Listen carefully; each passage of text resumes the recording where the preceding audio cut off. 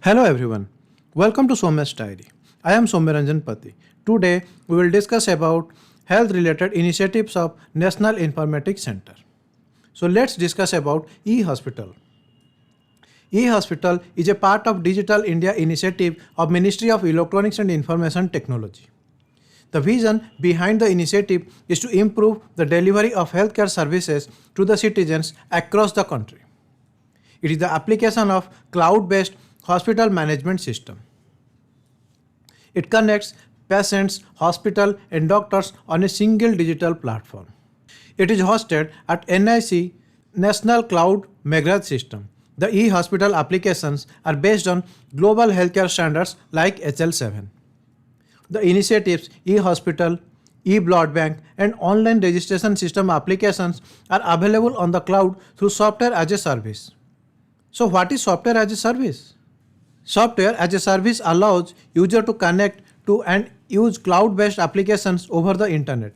Other common examples of software as a service include email, calendaring, official office tools. So let me mention about other cloud service systems. Total 4 types of cloud systems are there. They are platform as service, infrastructure as service, serverless computing and software as service. We will discuss about these in a separate block. So let me move to the next system, that is beneficiary identification system. Beneficiary identification system is one of the core modules of Ayushman Bharat Pradhan Mantri Arogya Yojana. The system aims to identify the beneficiaries who are covered under the scheme. It is operated at hospital level and is operated by Pradhan Mantri Arogya Mitra or assigned hospital staff. Then the next one is reproductive and child health portal. Let me give a broad overview of the need of such a portal. One of the prime focus of National Health Mission is to reduce infant mortality rate, maternal mortality rate, and to ensure quality services to pregnant women and child across the country. Here comes the utility of this portal.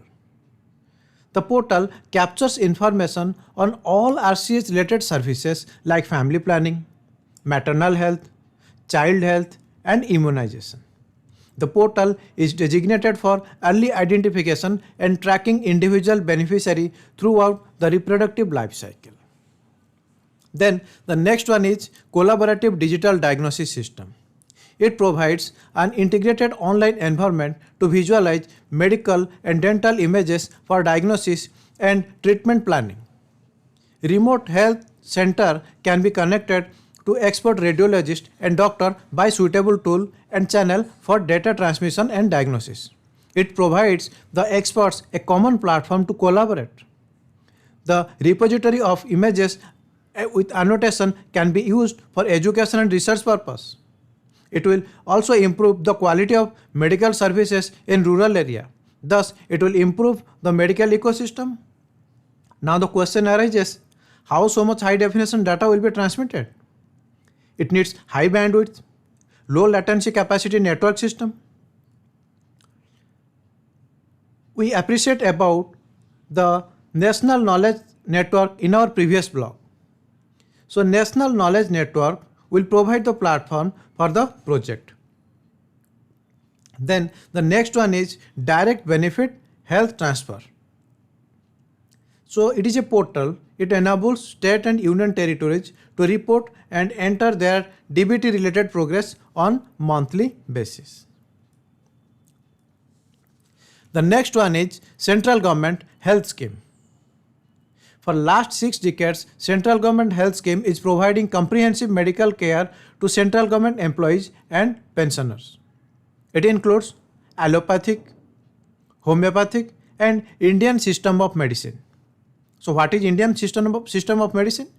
Indian system of medicine includes Ayurveda, Unani, Siddha and Yoga. Now let's discuss the COVID-19 related initiatives. So the first one is Arogya Setu app. All of you must be knowing and using this app. It is based on contact tracing method and helps government in identifying, monitoring and mitigating the spread of COVID-19 across the country. The app proactively reaches out and informs the user regarding the risk, best practices, and relevant advisories. It also supported self-assessment test based on ICMR guidelines. It was integrated with ePass. So what is ePass? ePass was developed using NIC's Service Plus framework for generating passes for easy movement of vehicle during the lockdown. The Arogya Setu app also provided nationwide geolocation COVID-19 statistics, emergency helpline contacts, QR code and many other features. Please go through our article to explore it in detail. There is another portal named COVID-19 Warriors. It offers various information about various resources available nationwide in the war against COVID-19, like the detailed list of hospitals, nodal officers by the states, nodal officers by the district, associations, and the personnel. The other initiatives include Lifeline Udan. It facilitated flights to operate amid the lockdown to transport essential medical cargo to remote parts of the country. NIC developed a website, Lifeline Udan, for Ministry of Civil Aviation. Then, in order to support Vande Bharat mission, NIC created a robust ICT platform to collect and secure transmission of real-time data through Indian Mission social portal to the all stakeholders. I hope you must be knowing about Vande Bharat mission. It was an operation to bring back Indians stranded abroad due to the pandemic. Now come to geographic information support. We appreciated the concept in our discussion on geospatial technology. If you have not gone through it, please go through it. It is available in my channel. The GIS support initiatives include website of Ministry of Health and Family Welfare and the dashboard, geocoding, reverse geocoding service in coordination with HereMap. So what is geocoding?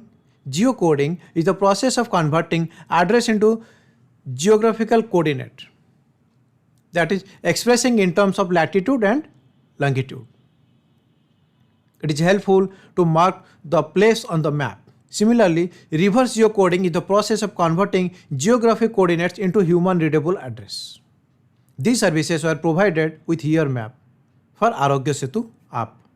A thematic map portal was also developed as per the requirement of Ministry of Labour and Employment for capturing relief camp-wise details of unorganized migrant workers. Similarly, the COVID-19 test labs are provided GIS support. A monitoring dashboard was developed and implemented where COVID-19 related grievances received in the centralized public grievance redress and monitoring system. This is a web-based service for grievance redressal and tracking of grievances. This web portal is developed by NIC in association with Directorate of Public Grievances and Department of Administrative Reform and Public Grievance. A unique registration number is generated corresponding to the grievance.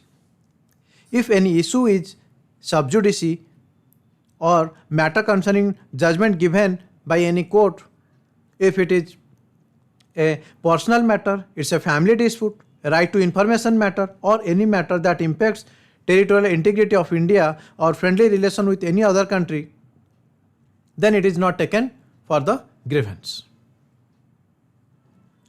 If somebody is not satisfied with the grievance redressal within the reasonable time, he can approach to the Directorate of Public Grievance then. So here I mentioned the word reasonable time. So where you will find this time limit? You find the word in the citizen charter of the department or the organization. So that's all for today. Hope my content will be helpful for your preparation. Thank you very much for your valuable time. Meet you with another topic.